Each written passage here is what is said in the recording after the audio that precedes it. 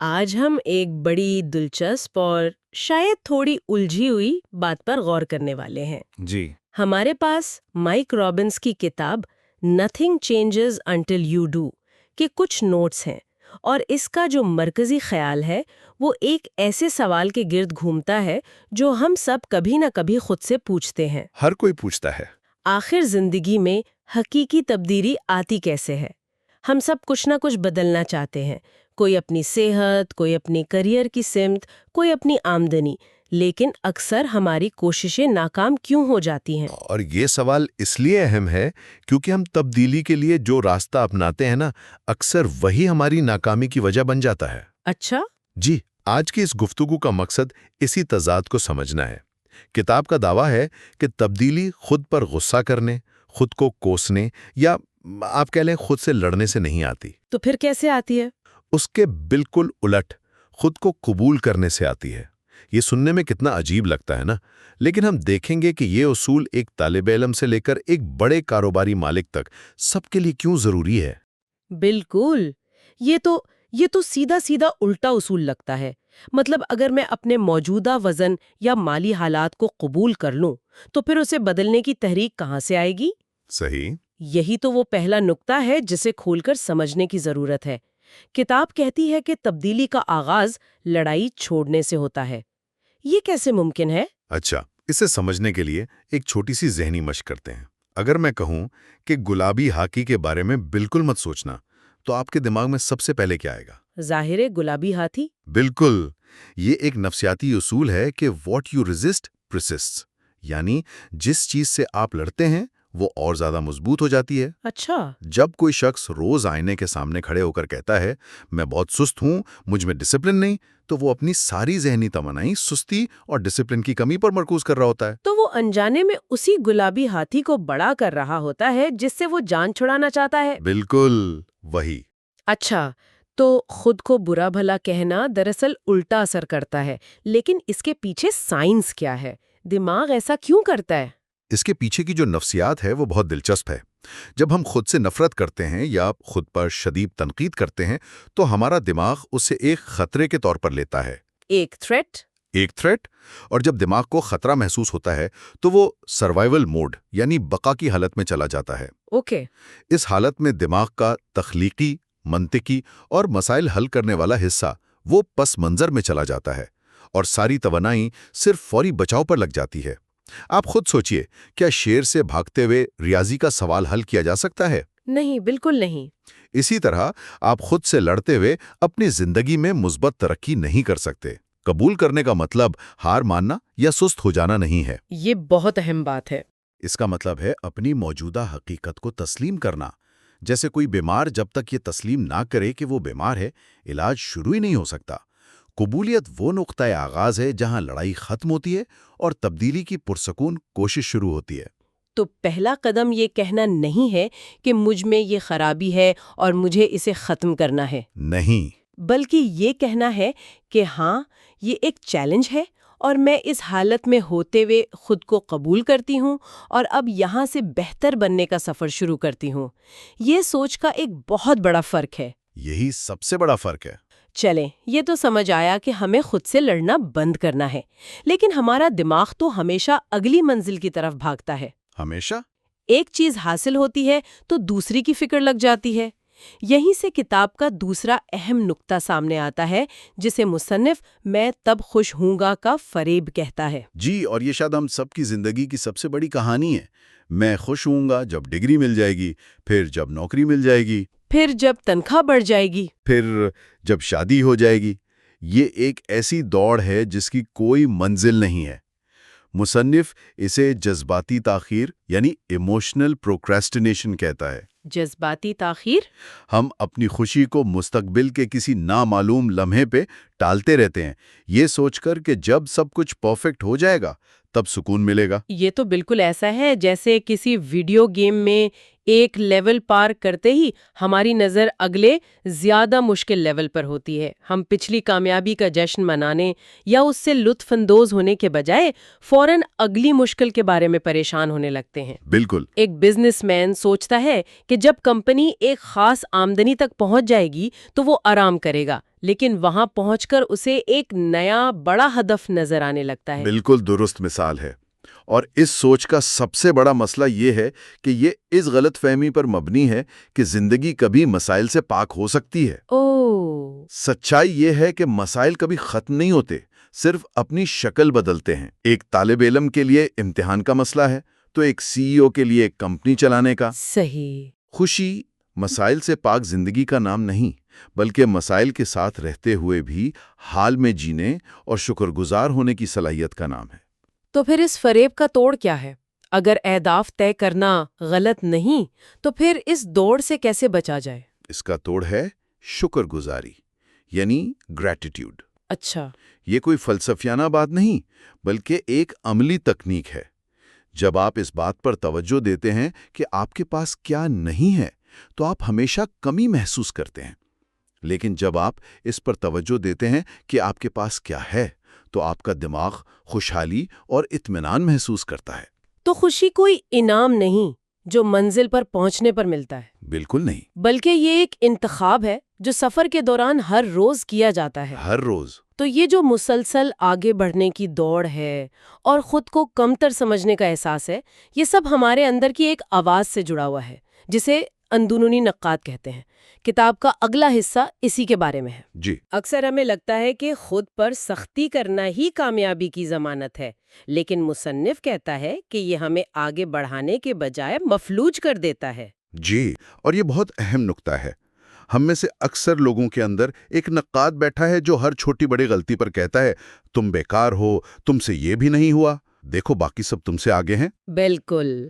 ہم سمجھتے ہیں کہ یہ سخت آواز ہمیں محنت کرنے پر مجبور کرے گی، لیکن تحقیق بتاتی ہے کہ اس کا اثر الٹا ہوتا ہے۔ لیکن ایک منٹ، کیا یہ خود سے ہمدردی کا نظریہ سستی اور بہانے بازی کا دروازہ نہیں کھولتا؟ لوگ کہہ سکتے ہیں میں آج کام نہیں کروں گی کیونکہ مجھے خود پر رحم آ رہا ہے۔ اس میں اور ذمہ داری سے بھاگنے میں کیا فرق ہے؟ یہ ایک بہت اہم سوال ہے، اور اکثر لوگ خود سے ہمدردی کو خود پر ترس کھانے یا بہانے بازی سے ملا دیتے ہیں۔ جی۔ ان دونوں میں زمین آسمان کا فرق ہے۔ خود پر ترس کھانا ایک غیر فعال رویہ ہے جس میں آپ کہتے ہیں میری قسمت ہی خراب ہے، میں کچھ نہیں کر سکتا، جبکہ خود سے ہمدردی ایک فعال اور تعمیری رویہ ہے۔ یہ ایک اچھے کوچ کی طرح ہے۔ اچھے کوچ کی طرح؟ ایک اچھا کوچ کھلاڑی کے گرنے پر اسے گالیاں نہیں دیتا، بلکہ کہتا ہے کوئی بات نہیں، اٹھو، دیکھتے ہیں غلطی کہاں ہوئی تاکہ اگلی بار اسے ٹھیک کر سکیں۔ اچھا، تو یہ خود کو سزا دینے کے بجائے خود کو سکھانے کا عمل ہے۔ جیسے ایک چھوٹا بچہ جب چلنا سیکھتا ہے تو بار بار گرتا ہے، بار بار، لیکن والدین اسے ہر بار اٹھنے پر شرمندہ کرنے کے بجائے اس کی حوصلہ افزائی کرتے ہیں۔ ہم وہی رویہ اپنے ساتھ کیوں نہیں اپنا سکتے؟ بالکل یہی بات ہے۔ خود سے ہمدردی آپ کو کمزور نہیں بلکہ لچکدار، ریزیلینٹ بناتی ہے۔ جب ایک کاروباری شخص ناکام ہوتا ہے تو اس کا اندرونی نقاد کہتا ہے تم بزنس کے لائق ہی نہیں ہو، اور وہ ہمت ہار دیتا ہے۔ صحیح۔ لیکن اس کا اندرونی حامی یا کوچ کہے گا یہ ایک تجربہ تھا، اس سے سیکھو اور دوبارہ کوشش کرو۔ خود سے ہمدردی کا مطلب یہ نہیں کہ آپ اپنی غلطیوں کو نظر انداز کریں، بلکہ یہ کہ آپ غلطی کو تسلیم کریں، اس سے سیکھیں اور خود کو سزا دیے بغیر آگے بڑھیں۔ تو اگر خود سے ہمدردی اتنی ضروری اور فائدہ مند ہے تو ہم میں سے اکثر لوگ ایسا کرتے کیوں نہیں؟ شاید اس کی جڑ ہمارے بچپن میں ہے۔ بالکل، جہاں ہمیں خود سے ہمدرد ہونے کے بجائے ایک اچھا بچہ بننا سکھایا جاتا ہے، اور یہیں سے کتاب کا اگلا دلچسپ موضوع شروع ہوتا ہے۔ اچھا بننا مقابلہ حقیقی ہونا۔ جی، یہ ہماری تربیت کا حصہ ہے، بچپن سے سکھایا جاتا ہے سب کو خوش رکھو، غصہ مت کرو، انکار مت کرو، سوال مت پوچھو۔ آہستہ آہستہ اچھا بننا ہماری بقا کی حکمت عملی بن جاتا ہے۔ ہم وہ نہیں بولتے جو ہم محسوس کرتے ہیں، بلکہ وہ بولتے ہیں جو دوسروں کو سن کر اچھا لگے گا۔ ہم ایک نقاب اوڑھ لیتے ہیں تاکہ لوگ ہمیں پسند کریں۔ اور یہ نقاب، یہ اداکاری بہت تھکا دینے والی ہے۔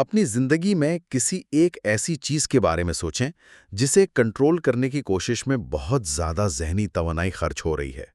وہ کوئی رشتہ ہو سکتا ہے، کیریئر کا کوئی نتیجہ یا کوئی اور مقصد۔ کیا ہو اگر اس پر اپنی پوری کوشش جاری رکھی جائے لیکن صرف نتیجے کی ضد کو جانے دیا جائے؟ اس ایک چھوٹی سی ذہنی تبدیلی سے ذہنی سکون اور توانائی کی سطح پر کیا فرق پڑ سکتا ہے؟